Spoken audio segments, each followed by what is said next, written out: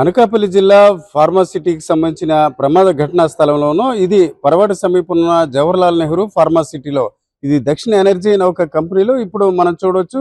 RTV ఈ అంశానికి సంబంధించి ఒక గ్రౌండ్ రిపోర్ట్ చేస్తుంది.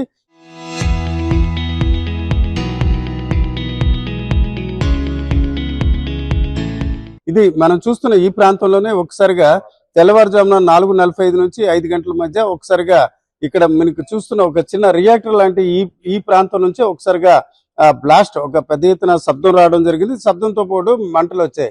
అయితే మంటల తీవ్రత ఏ ఏ రకంగా ఎంత తీవ్రత ఉందన్న దానికి పైకప్పు వరకు కూడా మంటలు వ్యాపించిన పరిస్థితి. ఇదంతా కూడా చూసుకుంటే ఫార్మాసిటీలోని వేరు కంపెనీలు ఉంటాయి. ఇప్పుడున్న దక్షిణ ఎనర్జీ ఈ కంపెనీలో చూసుకుంటే ఒక ప్లాస్టిక్ సంబంధించిన ఒక కెమికల్ రియాక్షన్ ద్వారా కొంత ఎనర్జీ అలాగే కొంత లిక్విడ్ వస్తుంది. అయితే ఇందులో వచ్చే లిక్విడ్ ని రోడ్లు అలాగే ఇతర వ్యవహారాల కోసం ఉపయోగిస్తారు. అట్లాగే దీని గ్యాస్ ని తిరిగి కన్వర్షన్ చేసి దీనికి సంబంధించిన కెమికల్ రియాక్షన్ జరిగే ప్రక్రియలో కూడా ఉపయోగించే పరిస్థితి మనం చూడవచ్చు. ఈ విజువల్స్ లో ఇప్పుడు కూడా అంటే వాస్తవానికి చూసుకుంటే 4:45 ఆ సమయంలో ఈ ప్రమాదం జరిగింది. ప్రమాదం జరిగిన వెంటనే ఇక్కడ ఉన్న స్థానికుల సమాచారంతో ఇక్కడ ఫార్మాసిటీకి సంబంధించిన ఫైర్ ఇంజిన్లతో పాటు ఇతర ప్రాంతాలను తీసుకువచ్చి ఫోమ్ అట్లాగే ఇతర అంశాల ద్వారా మంటలను అయితే అదుపులో దాదాపు గంట వ్యవధిలోనే తీసుకొచ్చారు. ఇప్పుడు మనం ఉన్న ఈ ప్రాంతంలోనే ఆ సమయంలో విధులు నిర్వహిస్తున్న ఇద్దరు కార్మికులు మృత్యువాత పడ్డారు. అందులో ఒకరు చోడవరం ప్రాంతానికి చెందిన చోడవరం సమీపం ఉన్న గోవాడ ప్రాంతానికి చెందిన వెంకటేష్, అలాగే మరొకరు ఇక్కడ దగ్గరలో ఉన్న అచ్యుతాపురం ప్రాంతానికి చెందిన త్రినాథ్ గా గుర్తించిన పరిస్థితి. ఈ దశలో వారి కుటుంబ సభ్యులు కూడా వచ్చారు. అయితే ప్రమాదం ఏ రకంగా జరిగిందన్న విషయంపై ఇప్పటికీ ఇన్స్పెక్టర్ ఆఫ్ ఫ్యాక్టరీస్ వారంతా కూడా నిర్ధారించలేదు.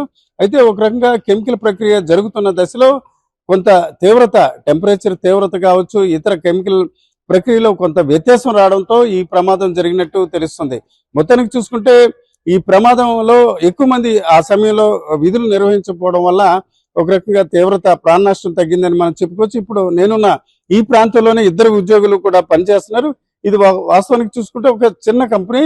ఈ చిన్న కంపెనీలో వేరు ప్రధానంగా చూసుకుంటే ప్లాస్టిక్ రియాక్షన్ ద్వారా వచ్చే కొంత లిక్విడ్ అలాగే గ్యాస్ ద్వారా కూడా వేరు ప్రక్రియలు జరుగుతున్నాయి. అయితే ఈ రకంగా తెల్లవారుజామున ఈ ప్రమాదంలో ఇద్దరు మృత్యువాత పడ్డారు. దీనిపై ఇప్పటికే ప్రమాదం ఎలా జరిగింది అన్న విషయంపై అనకాపల్లి జిల్లా కలెక్టర్ విచారణకు ఆదేశించారు. దిశలో ఇప్పుడు ఫార్మాసిటీకి సంబంధించిన అధికారులతో పాటు ఇతరులు కూడా దీన్ని పరిశీలిస్తున్న పరిస్థితి. అయితే ప్రధానంగా చూసుకుంటే దక్షిణ ఎనర్జీ ఈ కంపెనీలో ఈ ప్రమాదం కొత్త కాదు. ఈ ప్రాంతంలో చాలా వరకు గతంలో కూడా ప్రమాదాలు జరిగాయి. దీనిపై తగు చర్యలు తీసుకోవడం వల్ల ఈ రకంగా తరచూ ప్రమాదాలు జరుగుతున్నాయి.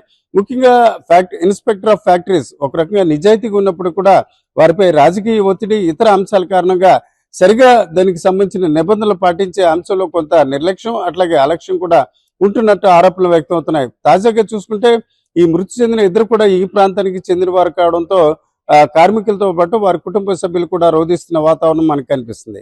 కెమెరా పర్సన్ తిరుపతితో రామచంద్రరావు, ఆర్టీవీ, పరవాడ ఫార్మాసిటీ నుంచి.